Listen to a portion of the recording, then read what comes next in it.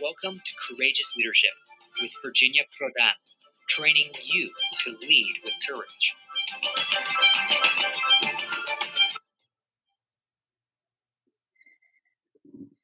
Welcome back, everyone, to our podcast, Courageous Leadership. We have a very special guest today, a very special guest from Romania. His name is Emanuel Tundrea, and we are very happy to have you here. I met Emanuel through a friend in Dallas here as he was visiting, and even before he was visiting Dallas, I organized for him a meeting at my church, Watermark. But even before I met him in person, he told me that I knew his father, or his father knows me, Emanuel Tundrea. We were together at the same church in Bucharest, and I'm very grateful for that. My podcast is Courageous Leaders, Courageous Leadership, and I train people to be courageous under lead courageously under any circumstances. And I'm so grateful, Emanuel, that you are here because you are a courageous leader in many ways, and I want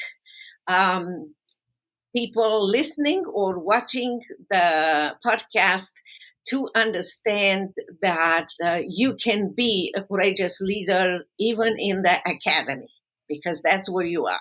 You are a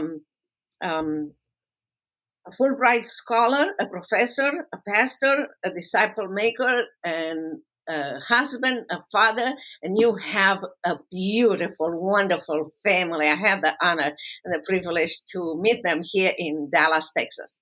With that, I would love to give you the floor and introduce yourself, Emanuel, to audio and video audience of this podcast. Well, thank you so much for providing this opportunity. I cannot start other than giving thanks to the Lord for this opportunity and to tell you what a privilege is to meet you, because speaking about courageous leadership, well, you are one who encouraged, supported, and motivated and modeled before the generation of our parents what courageous leadership was in communist Romania. So my name is Emanuel Tundrea. I grew up in communist Romania. I was just a child by that time, but the faith of my parents had a huge impact on myself. As a student, I was involved in discipleship, and during those years, God gave me the blessing of having friends to nurture together, to be one another, and to learn to understand the times and learn what to do in this context. In 2001, I joined the staff at Emanuel University of Oradea, where I am serving right now. I completed my PhD in software engineering in Timișoara in conjunction with University of Nice in France. And I also, because I felt the need to root myself in the Bible, I also did a pastoral MA in pastoral theology in Oradea. And both my involvement in the academics and in the church aim at evangelizing and growing into maturity disciples for Christ. I'm married to Nadia, and we are blessed to have 3 boys.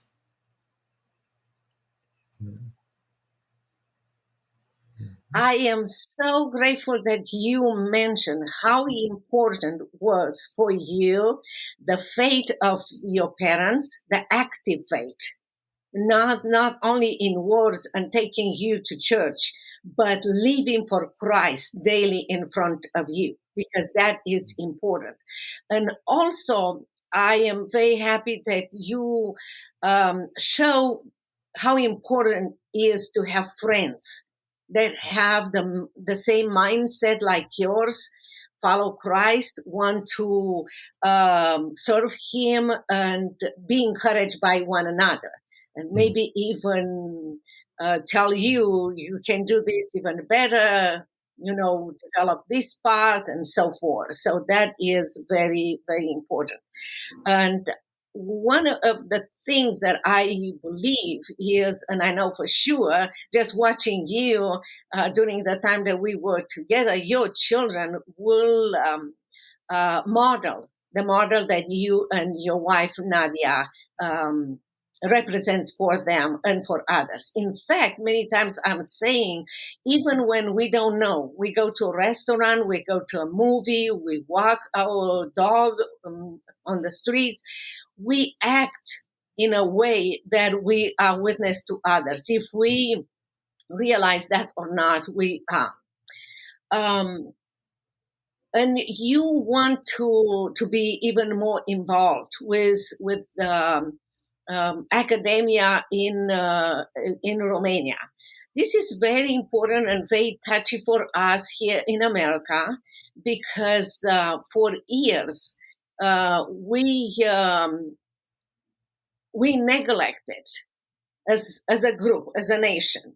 We neglected to check on our children at college, to see what kind of professors they have and what kind of curriculum they have. And for those reasons, many colleges and universities slowly and surely move to a curriculum where God is not allowed to be in the classroom, or students motivated by grades, by opportunities for job in the future, not to bring Christ in the classroom, but to keep it for them if they want in a church or their group in the dorm or something like this. Do you have situation like this in Romania? I know it's a democratic country. Nobody puts you in jail now for having a Bible or going to church. But what kind of difficulties people in college and universities and professors in Romania have? Well, thank you so much for raising this question, because both as a parent and as a professor, I realize how critical, how important is to address the issue of education, and especially the higher education, because the values that are being taught to our students today will shape our world tomorrow. Because university and those years are critical in the way their thinking is shaped. Yes, Romania, it's a free country by God's grace today, and we are very happy about this. But as you said, slowly, maybe without noticing, there's a postmodernist way of thinking coming into place. There's a big shift in our culture, even if we are far in the east. I mean, we are probably the most eastern country in Romania. The Western thought is mainly influencing today the new generation, and there's a big disconnect in the way their parents think and the new generation thinks. And I love how Charles Malik, the former UN president, put it. He said the university is a clear-cut fulcrum with which to move the world. Change the university and you change the world. And we really see this happening. Right now, we believe that university is probably the most influential institution in our society, and we as Christians we care about the education that our youth receive. And to illustrate, I would give my personal testimony.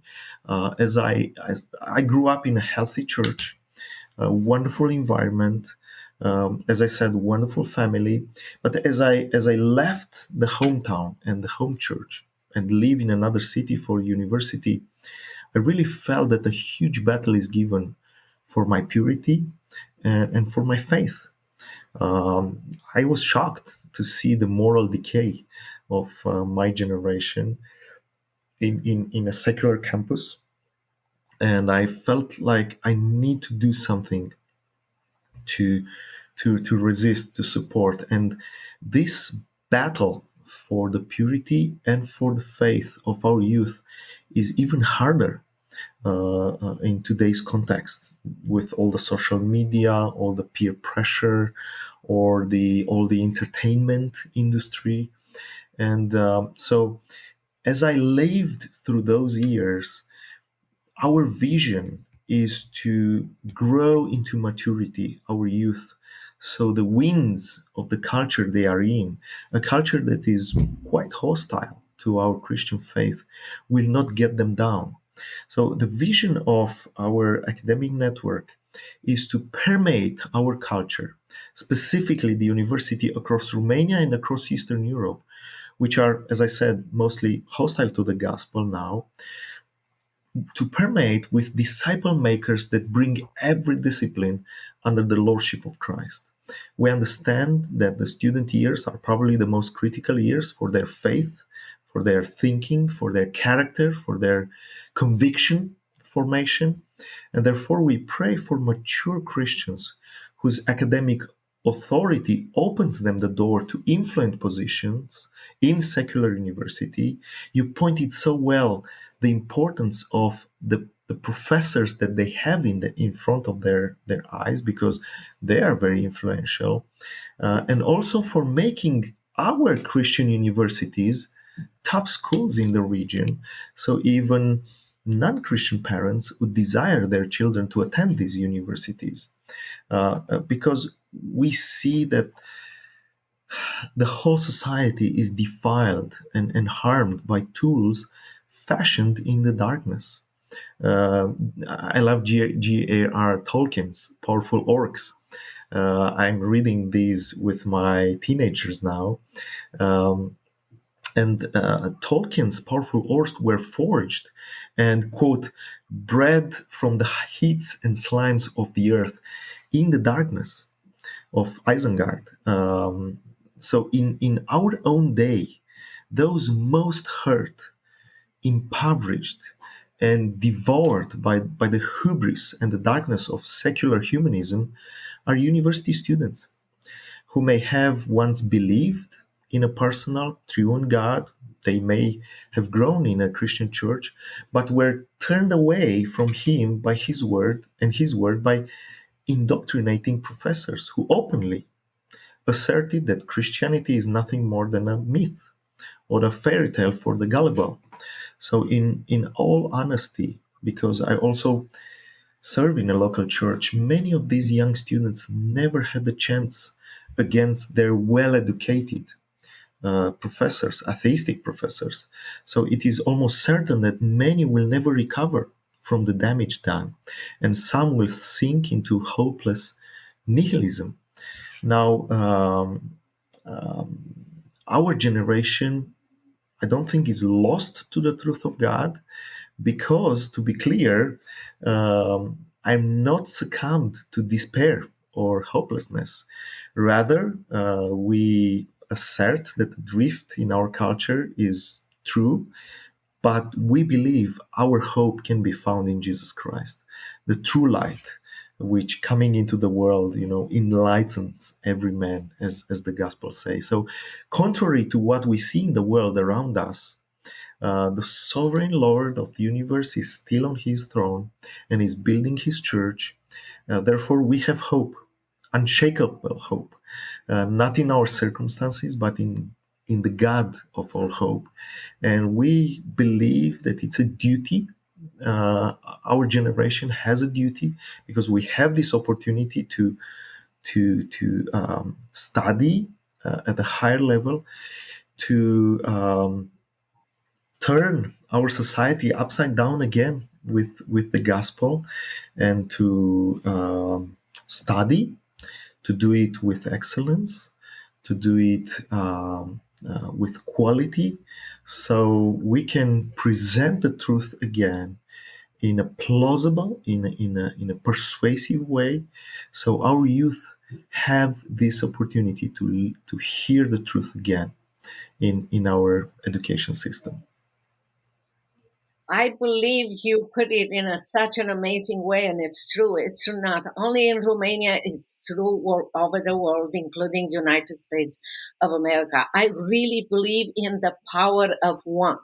You know, the good Lord used me and my skills in Romania, and in the power of one, show the whole world what a dictator was, and change a nation. It's the power of one. You have the power as a professor at your school to show Christ in your life, in your action, in the way you teach, in the way you live. And a Christian student has the same power to live that life, and someone will stop and ask about the hope that is in us. And I really believe that we change the world not through waiting for a government or a representative or someone else that we think that might be able to do it, but by doing what we were supposed to do. We have specific skills and talents, and we need to use them for God's glory and to change things and to make the darkness light. We just reach and touch just a little bit of so much that you are doing. We are going to invite you again at our podcast. We know that you will do the Fulbright, and we wish you the best. We want to be involved in all the study that you are doing there, all the following, maybe your graduation. Maybe we will have you for graduation here. But we want to thank you so very much for taking the time, Emanuel, and being here and sharing with us your heart and your mission. Thank you so much. And it's so encouraging for us to prayerfully consider being partner with us. All your work was in helping us to be courageous leaders, and we hope to go into your footsteps.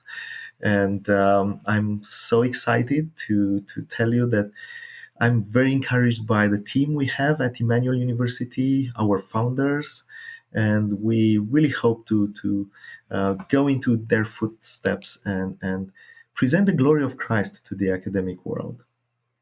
Thank you so much. I know some of them, including Pastor Paul Negrutz. Yeah, I helped him during Wonderful. the time of socialists. So thank you so very much again, and we will see you later. Thank you.